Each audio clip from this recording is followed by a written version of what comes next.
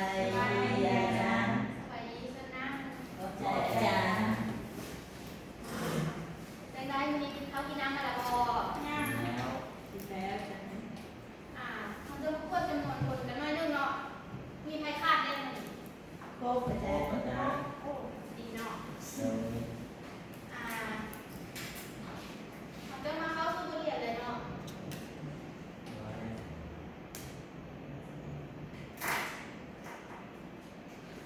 เราจะเรียนในที่นี้ก็คือบทที่5เนาะการบันทึกข้อมูลข่าวสารด้านบัญชีก่อนเราจะเข้าสู่บทเรียนใหม่เราทบทวนบทเรียนเก่ากันหน่อยนึงว่าเกี่ยวกับความหมายของการบัญชีเนาะว่าการบัญชีมันแม่นอย่างการบัญชีก็หมายถึงการตรวจรับรู้คิดไล่และการบันทึกจดได้ทางด้านการเงินเนาะหรือว่าวัตถุสิ่งของต่างๆของวิสาหกิจที่ว่ามันตีคุณค่าเป็นเงินได้ ส่วนสารบัญบัญชีของวิสาหกิจนี้จะมีอยู่7ประเภทด้วยกันก็คือว่าประเภทที่1นี้แม่นเกี่ยวกับทุนตนเองและเงินกู้ยืมประเภทที่2แม่นทรัพย์สินคงที่ประเภทที่3แม่นเครื่องโดยสารประเภทที่4แม่นภาคส่วนอื่นประเภทที่5แม่นรอท่าสะสางรอท่าและสำหรับสะสางเนาะส่วนประเภท6นี้แม่นหลายใจายประเภท7แม่นหลายนับวันนี้เราจะมาเริ่มเข้าสู่บทเรียนบทที่5กันเลยเนาะก็คือการลงบัญชีนี้ทำนี้ อันนี้แม่นตัวอย่างไปสรุปทรัพย์สมบัติ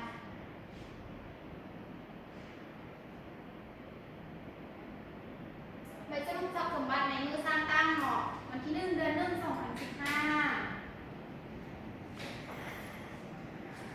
เกี่ยวกับสิทธินำใช้ที่ดินอาคารเครื่องมือและก็เงินสดอันนี้แม่นเบื้องทรัพย์สินส่วนเบื้องหนี้สินนี้จะมีเงินและก็หนี้สินส่วนอันนี้แม่นรายการเคลื่อนไหวภายในเดือน2 2015วันที่1 เดือน 2ได้ซื้อสินค้าภายในประเทศจำนวน100แก๊สราคา 10,200 กิโลแก๊สเนาะเอามาพอที่แม่น 10% จ่ายด้วยเงินสดวันที่2ค่ะวันที่2 เดือน 2แม่นค่าขนส่งและค่ากรรมกรแบกหน้านี่แม่น 350,000 กีบจ่ายด้วยเงินสดวันที่5 เดือน 2ซื้อวัตถุอุปกรณ์ต่างๆเนาะ100,000 กีบจ่ายด้วยเงินสดวันที่10แม่นค่าเดินทาง320,000 กีบค่าปรับใหม่และแม่น 150,000 กีบส่วนวันที่15แม่นขายสินค้าจำนวน900แก๊สราคา 18,000 กีบต่อแก๊สออกมาพอแม่น 10% จ่ายด้วยเงินสดเนาะอาจารย์ที่ไล่ให้เบิ่งเนาะสำหรับใบสรุปทรัพย์สมบัติในมือสร้างตั้งแล้วเขาจะมาที่ไล่แบบนี้ทำหนีกันเลยเนาะ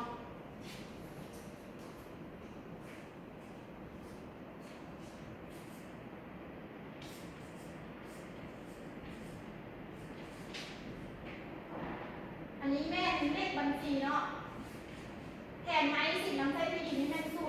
0201อาคารแล้วแม่น212เครื่องมือแล้วแม่น213เงินสดแม่น571เราจะอ่านเขียนเจ๊ๆแล้วเนาะจะมาเข้าข้อนี้เลยเกี่ยวกับวันที่1 เดือน 1แม่นได้ซื้อสินค้าไปในประเทศจำนวน100แก๊สราคาแม่น 10,200 กีบนี่แม่นเราจะเอาจำนวนแก๊สเนาะคูณให้ราคาจำนวนแก๊สคูณให้ราคานี้ก็คือ1,000 แก๊สคูณให้ 10,200 มันจะเท่ากับ10,200,000 กีบและอยู่ในนั้นมันจะมีองค์พออยู่ 10%เราจะมาคูณ 10% และจะเท่ากับ1,300,000 กีบ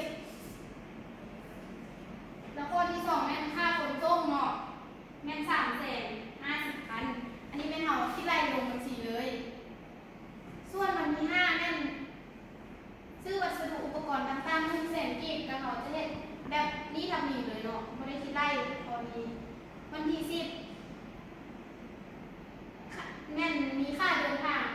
300,000ของกระจายลงบัญชีธรรมดาส่วนวันที่15แม่นขายสินค้าจำนวน900แก๊สราคาแม่น 18,000 กีบต่อแก๊สเราจะเอา900แก๊สนี้มาคูณให้ 18,000 กีบเลยเนาะ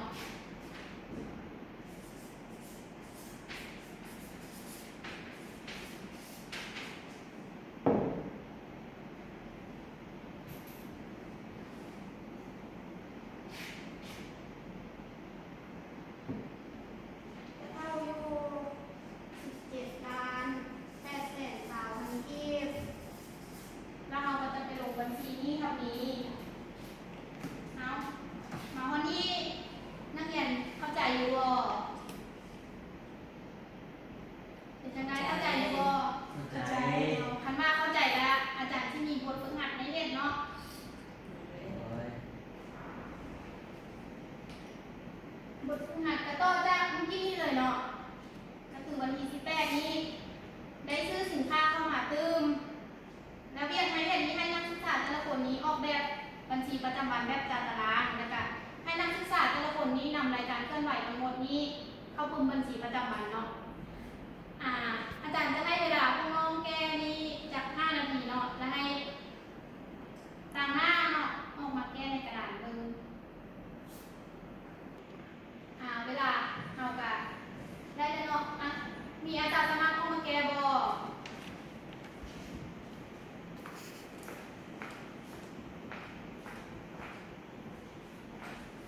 นักเรียนทางไหนก็สังเกตเบิ่งผู้แก้เนาะว่าถือกำหนดแก้เลยบ่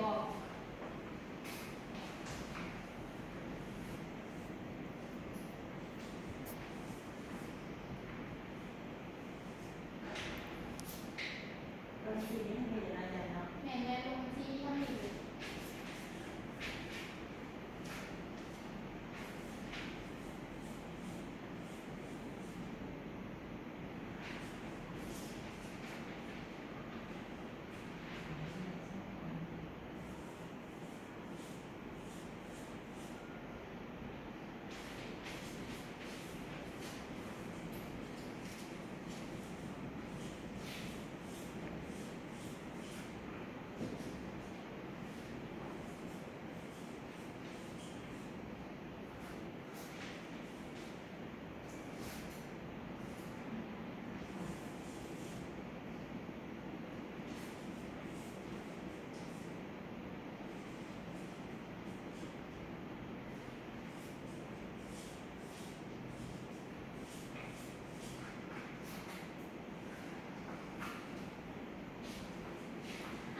เป็นอะไรทางไหนผ่านการสังเกตหามุกแก้คือกับที่ตัวเองแก้ก็คือคันว่าคือการแก้ของหนังของแก้นี่ก็เป็นถูกต้องแล้วเนาะต้องมือชมเชยให้แก้